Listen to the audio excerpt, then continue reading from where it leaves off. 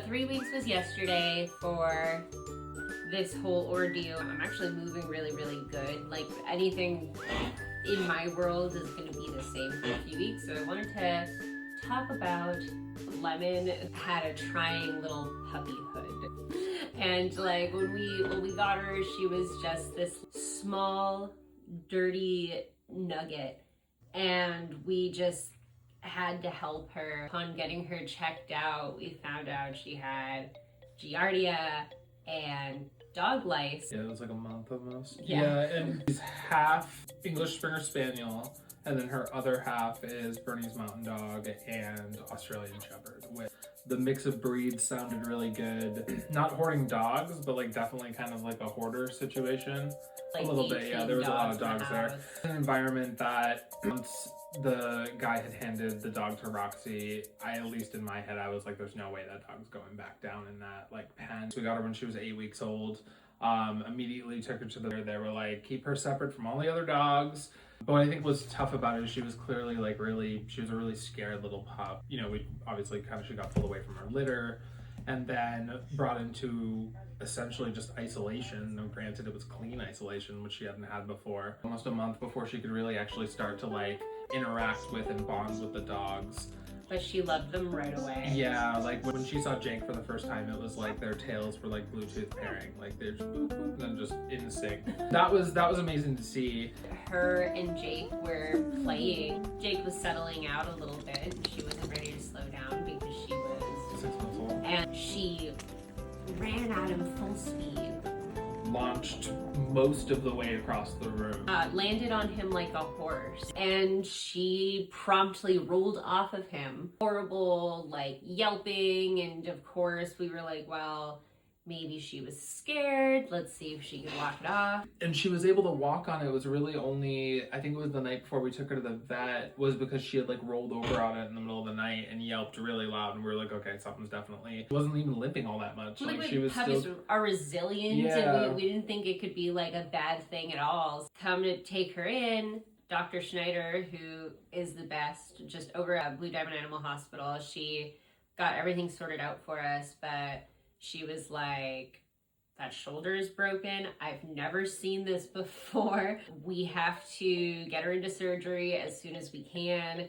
It's been probably 4 days at this point. So like we have to get her in now if we want this to be a successful surgery.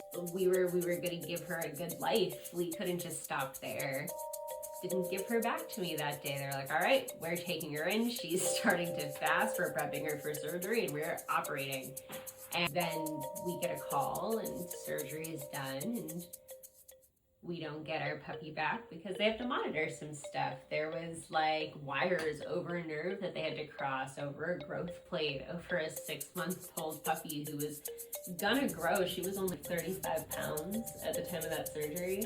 Oh, if even that, maybe yeah. 30. Yeah. Then, it was the recovery, which was about 6 weeks, I think she was in a cast. She had, when she first got out of surgery, they had, Dr. Schneider was just described as chicken wings, but they had her arm tied up here so it was immobilized. They had to order, like special order supplies so they could build her cast. So she would have a template of a hard shell so that as she grew, they would just have to replace the bandaging. Let's just say whatever bandaging. The color and breath they were using on it. So they didn't even have that stuff yet. So we had to take her home and... It was like a shoulder sling that kept her immobilized, which worked. I mean, she figured out how to tripod pretty well. I mean, the poor dog was on antibiotics, sedation/pain for those ones, plus an anti-inflammatory. So we also had to be really cautious throughout a lot of this about just not overwhelming like her kidneys or liver. I would say, at least for me, probably one of the scariest moments was when she was in that mobilizing sling, because I want to say it was because she was growing. She was in it for like a week or so. But she kind of outgrew it and her leg was starting to dangle a little bit more. So we ended up bringing her down to the vet because we could just tell the pain medications weren't doing anything. Like she was definitely in a lot of pain. It was like a 35-minute ride of her literally screaming in the back. Yeah. And I had to like hold her and she was like thrashing around. So we got her to the animal hospital. They upped her dose of pain meds, I think, a little. Anyway, like once we got the hard cast on, that's when we started to, she could be a little bit more free, but obviously a puppy in a hard cast on her front leg, wasn't going to go up and down the stairs or anything. We couldn't keep her in the crate in that hard cast either because we would get stuck. Move over to playpens, but like really, really small. Yeah. But she was more comfortable. Because of when it happened, so like Roxy mentioned, she was probably about like 35 pounds when she first got hurt. We had to go to the vet Every week at least. It was honestly is like after she got the hard cast, she started moving around a lot more and she wanted to play, and that was kind of more the whole thing for the playpens, was just keeping her away from the other boys. Honestly, I don't think there was many nights she slept in there by herself. Like one of us usually ended up just kind of like curling up. It was like, number one, she got hurt, she was a puppy, so she didn't get to run around, she didn't get to have her puppy zoomies. She was also on a lot of drugs, so we also were like, we don't even know what her personality fully is like. we tried to sleep in the bed with the crate that one night. Yeah, we tried just a learned few lot of different solutions. things. It really just came down to like we took turns. Yeah, we had Like, that. Well, you that's know. when we bought the little camping, the little blow up camping thing. Our upstairs, I would say, is really our primary living space. But plus the carpeting and stuff, and I wanted her to be comfortable. So that also meant like anytime she had to go outside, you know, it was me carrying her up and down the stairs. So I mean, I got a good workout. I think it was a great. 35 pounds, 40, yeah, and as she's 40 growing the pounds. whole time. And she, I think, just came to expect it. She'll still like crawl on my shoulders now because she's just used to like to being carried. But it was just a tough adjustment. I was working obviously like full time at that point. So like she was waking up at what, 5 in the morning? Yeah. It was like consistently 5 a.m. that she would start her little kind of like morning noises. Or the drugs would run out. Yeah, or the drugs would run out, or it was like every 4 hours she had some medication she had to take, so we were up in the middle of the night doing that. Then the cast came off, then it moved to rehabilitation, right? So then we were out of recovery, we were into rehab.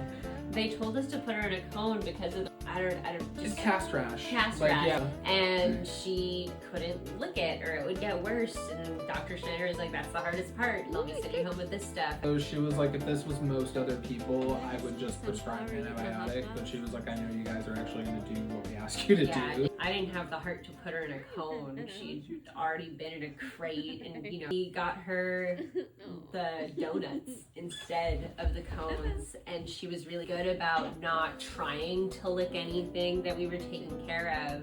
I honestly think she was just comfortable because she could lay in all sorts of different positions in them and always have a pillow. So like, I don't know.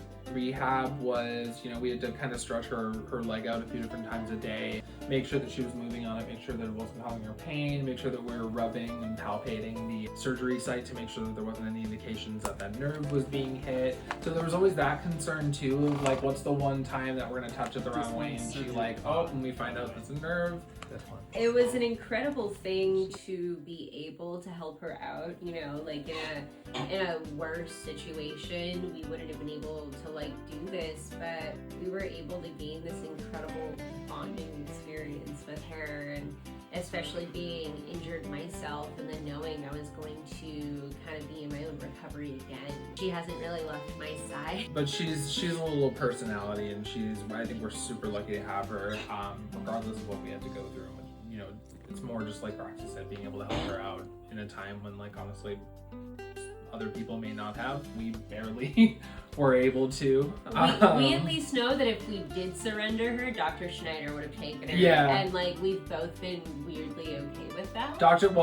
Schneider straight up was like, if you guys weren't going to be able to do the surgery, she was like, I 100% was gonna. Yeah, that would have been her take dog. her. Yeah, that would have been. She instantly fell in love with Lemon, and still every time she sees her, just lights up. Lemon just became like famous across our office. Anytime we brought her in, people would be like, oh my god, it's Lemon! And still is a big deal when she comes in. I think for me the biggest thing is I'm just happy to see that she's kind of running around back to normal. She gets to have a puppyhood. Yeah. Actually, She turns a year tomorrow. we can't let Blue Diamond Animal Hospital go. We moved to the other side of town, and we still we'll truck it to the other side. Yeah, we can't do it. We literally moved like about as far away from there as you could and still be in Vegas. Yeah.